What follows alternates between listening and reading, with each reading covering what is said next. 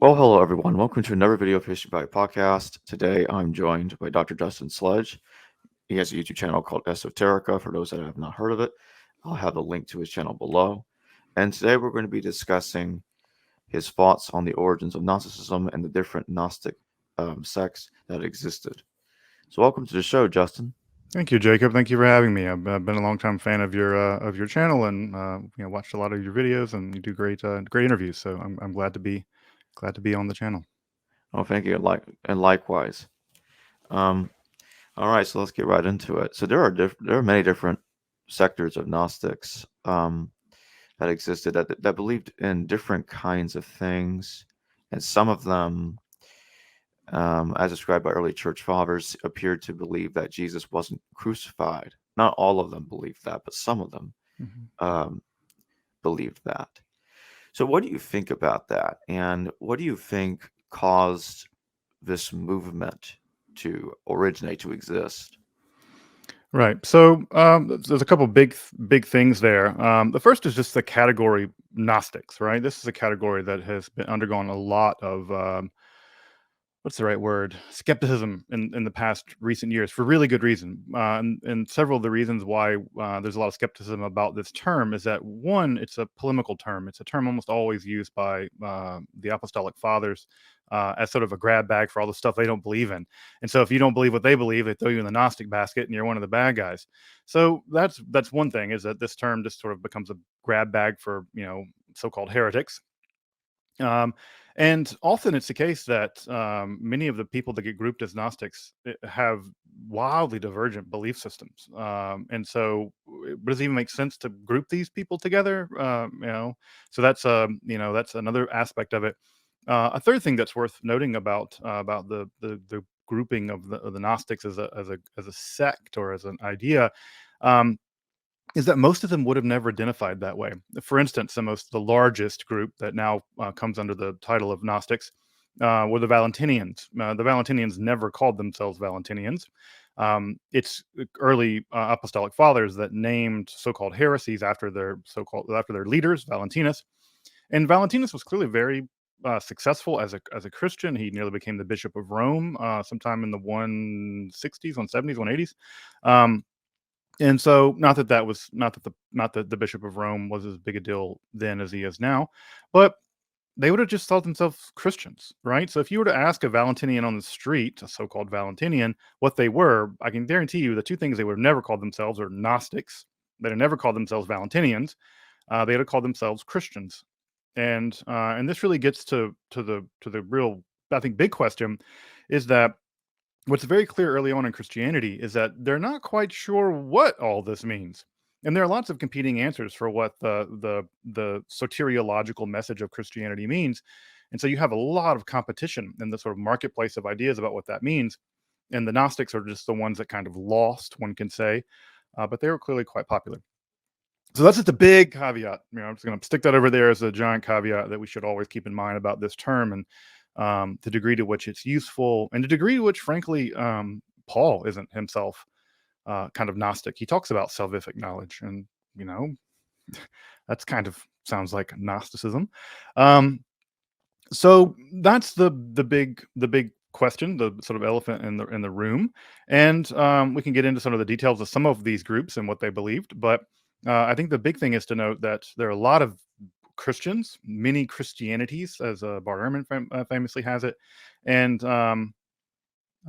those Christianities that the so-called proto-orthodoxy mislabeled as Gnostics are the ones that bear that title, a title I don't think they would have ever embraced. So, do you want to get into some of the specific groups, or do you want to sort of think about this more broadly, or talk about the origins, maybe the origins of where some of this stuff comes from? There's a lot of different directions we could take the conversation. Oh yeah, absolutely. I want to focus real quick on the naming issue because I have noticed before that some have brought up the problem of calling them Gnostics. Mm-hmm. So, what would these groups, in a more broad understanding, have actually called themselves then?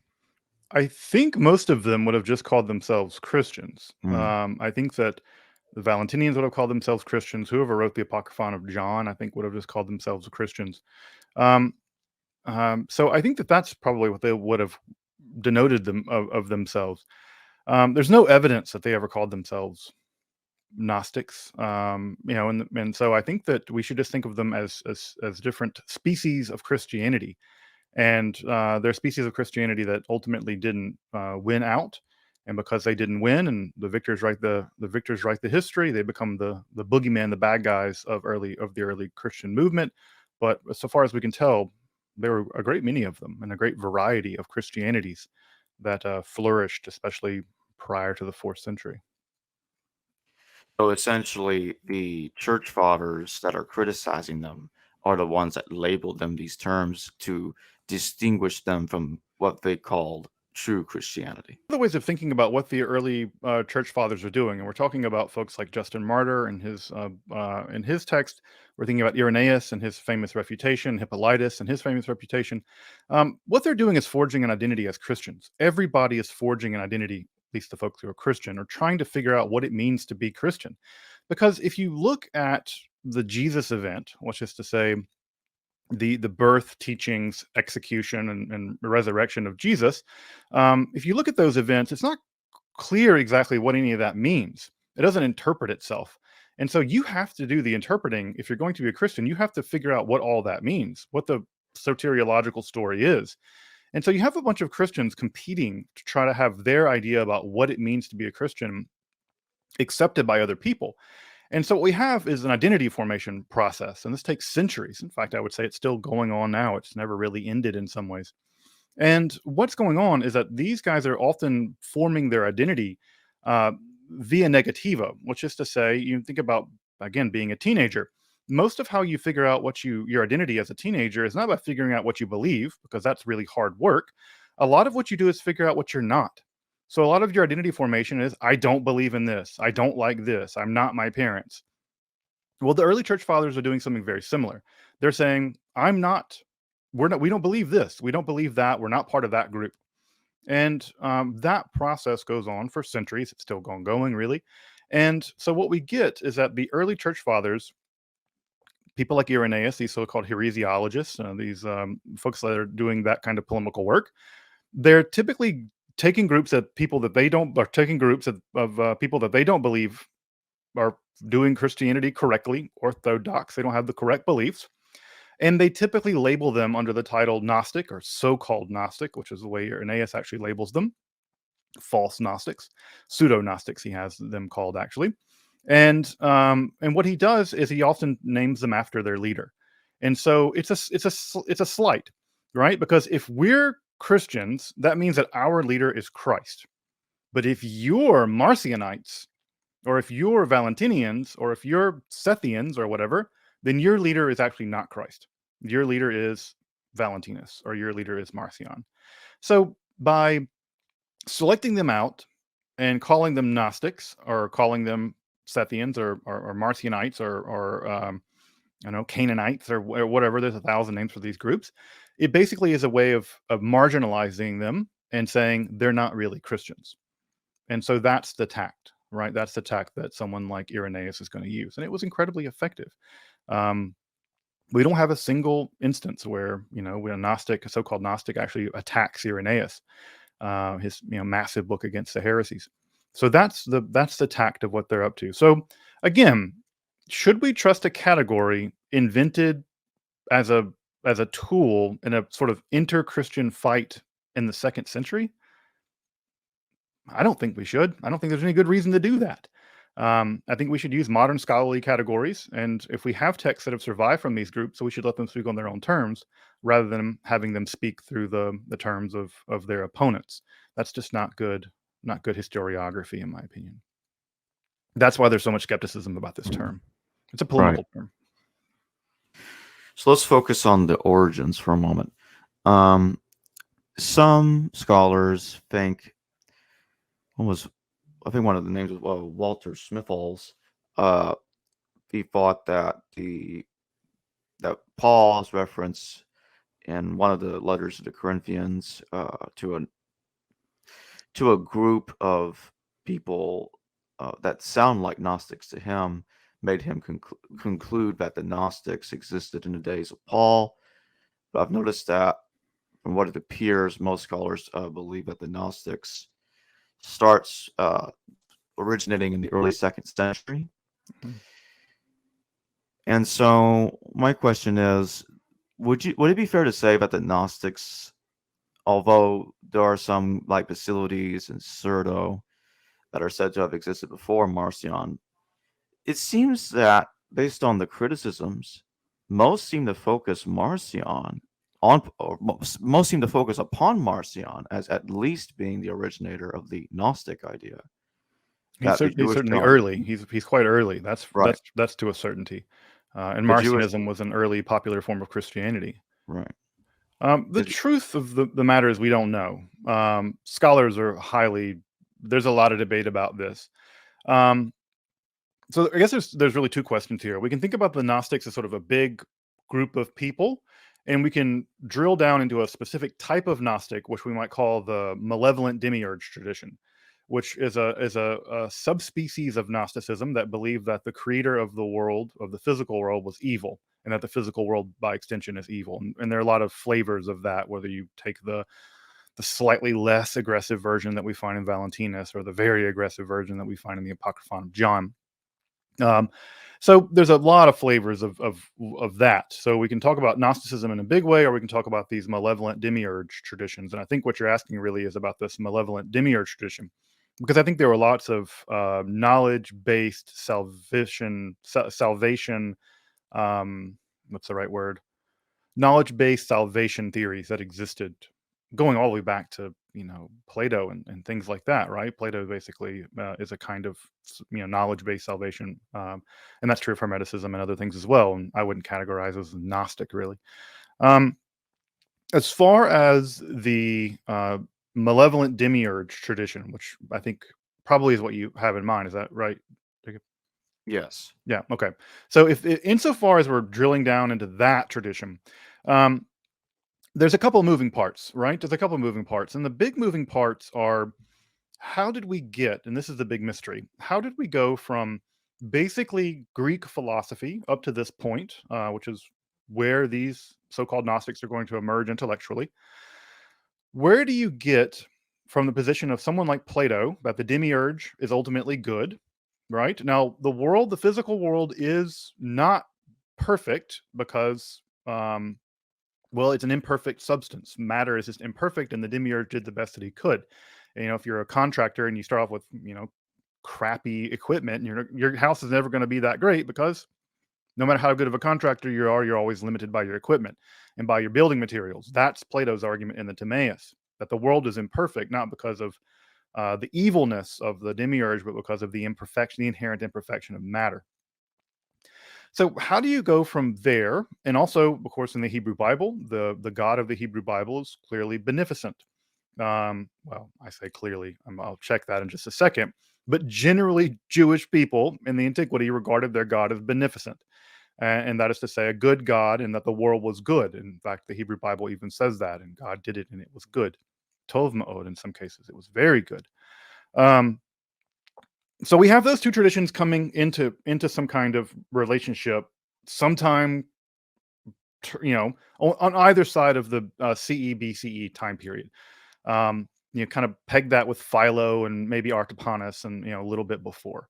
So they come into contact, and at some point in the next 2 centuries, right from Philo, the creator of the world, the demiurge, is inverted. The moral category, it goes from being a good being to being an evil being, and that evil being becomes associated with the God of the Hebrew Bible. That's the question. Who did that, and why did they do it?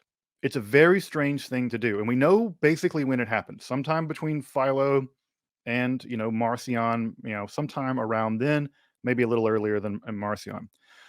The truth of the matter is we don't know.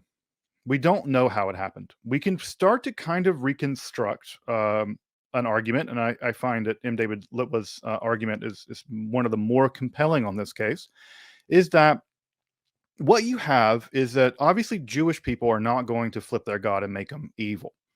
But Christians have have some incentivization to do this. Early Christians have some incentivization to do this.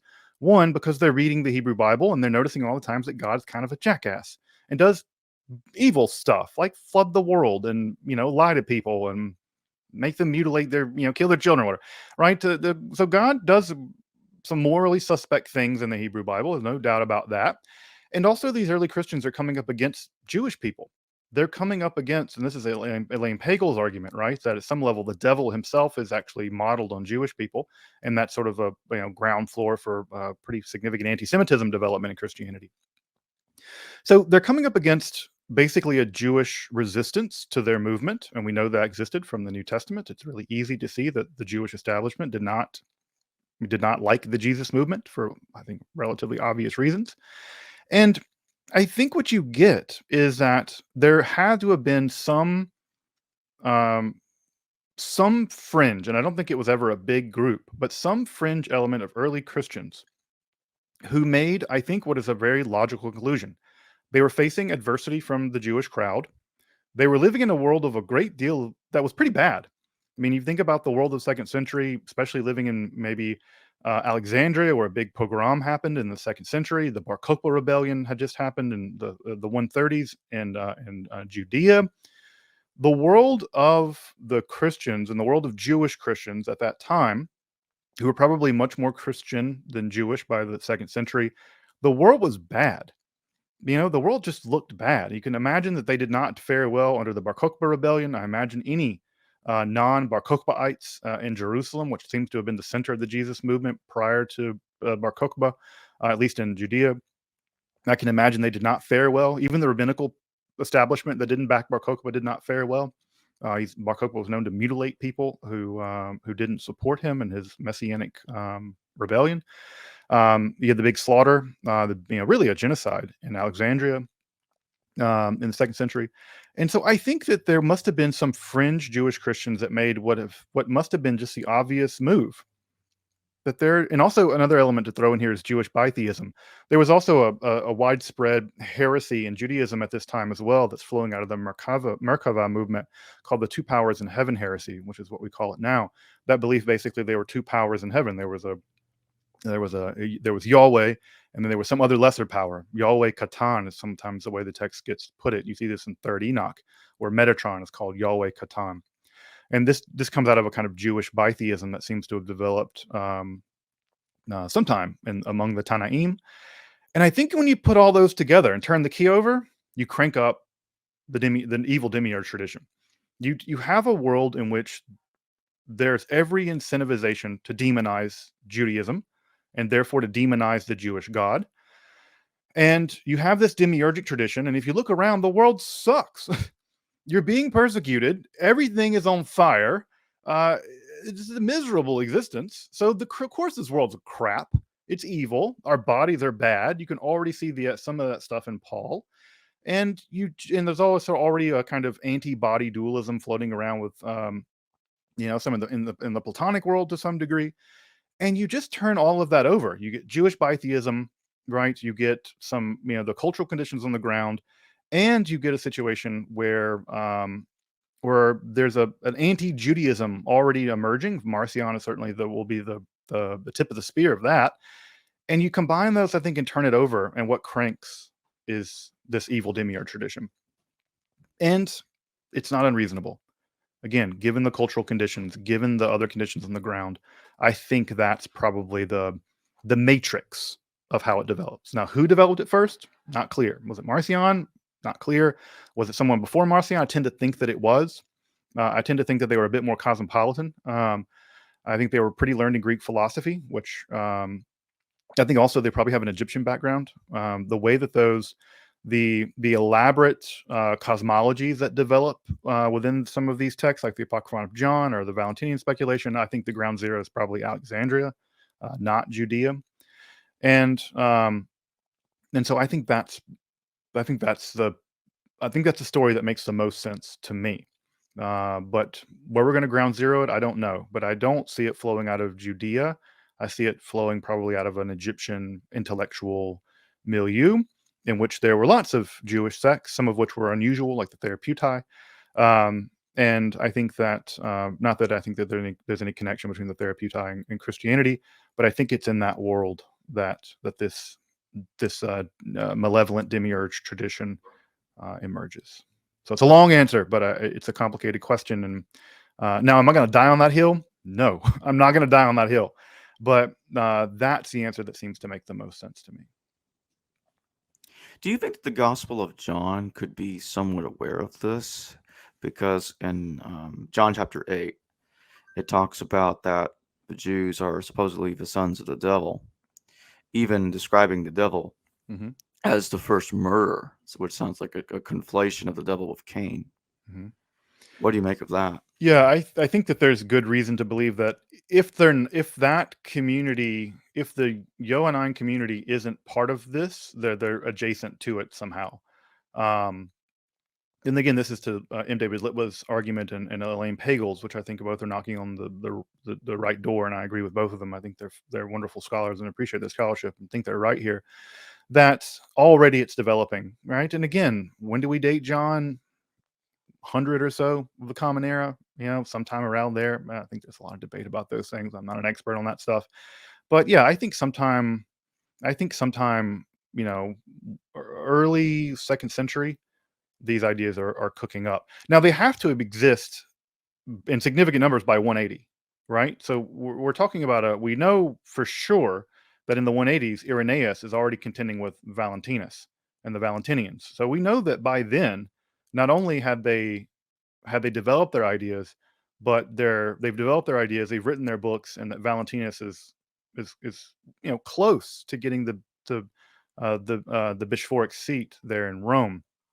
So I think they're earlier than the Gospel of John, just because you have a time problem. 80 years is not that long for ideas to travel, but I think that he's aware, and I think that it's already in the air, and that some of this stuff is cooking, and maybe the writer of John is adjacent to some of those.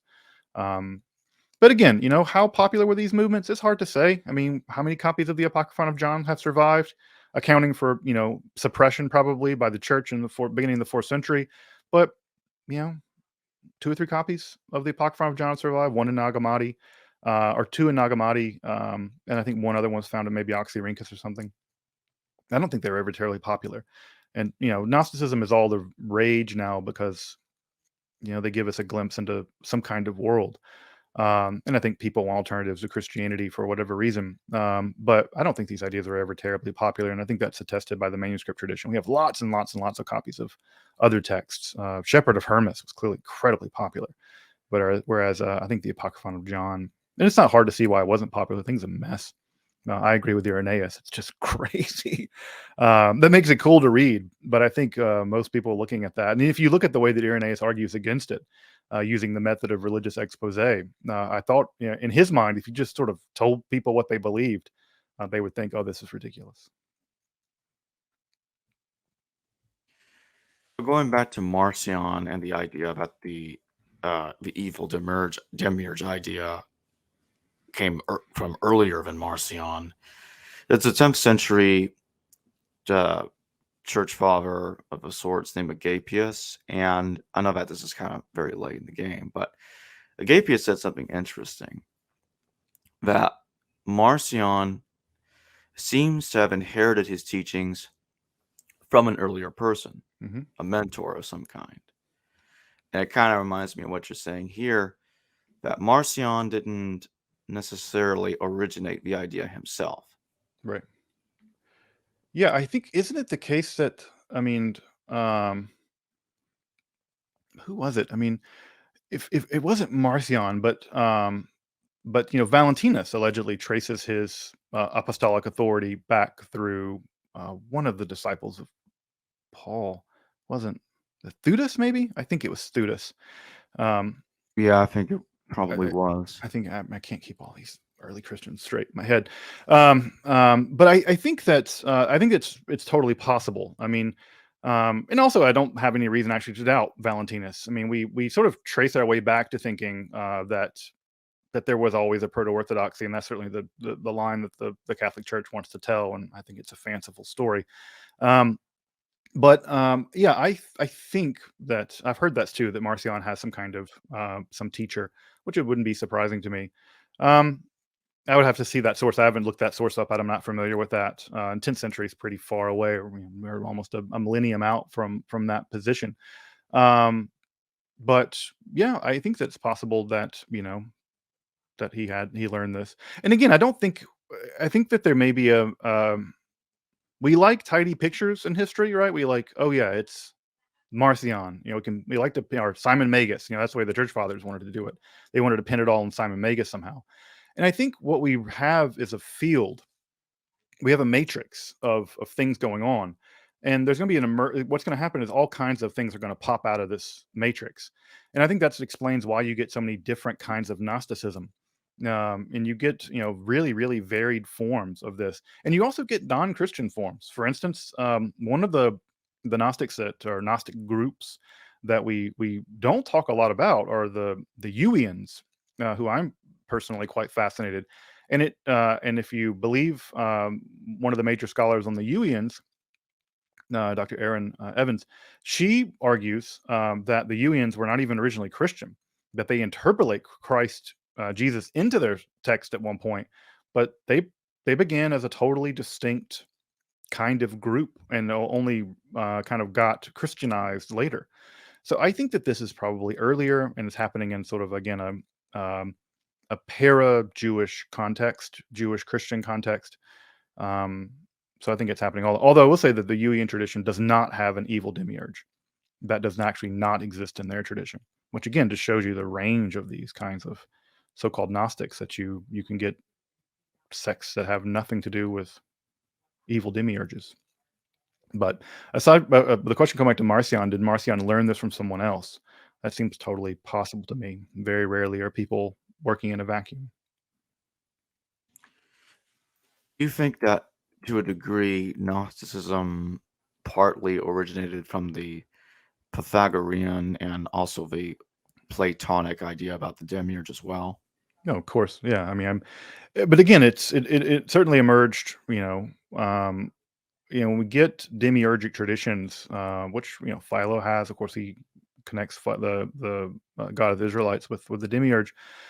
This was a very popular idea, and it's coming originally from Plato in the Timaeus, and all the weird geometry stuff in the Timaeus is of course Pythagorean. People forget that Plato was a Pythagorean in many ways, and certainly his inheritors of the old Academy, Speusippus and those folks. I would say that whatever the secret teachings of Plato were, which we know that there were secret teachings, they would have looked a lot like Pythagoreanism, and Neo-Pythagoreanism is all the rage at this time. So I suspect that they're coming. Some part of the intellectual machinery for this is coming out of not just Platonism but Middle Platonism. But again, Christianity is having to, it's developing in an environment in which Greek philosophy is ascendant. And there's no way to look at the Gospel of John and not see Stoicism. There's no way to look at a lot of this and not see Middle Platonism, people like Numenius and other people like that. So absolutely. But again, what's fascinating is that they do what no one else does. Neither the Hermeticists people, nor the philosophers. To my knowledge, not a single philosopher ever says, and also the demiurge is evil. That's a unique thing to these groups. And so I think that, again, what we're talking about is a matrix where these ideas evolved. And it's out of that matrix we're going to get the various kinds of um, species of Gnosticism, as much as there are, again, with all the caveats that come along with that term. And one last thing, does it seem more appropriate to view the Gnostics as multi-grouped in origin, or do you think it came from one original group that spread out into many groups like Christianity did?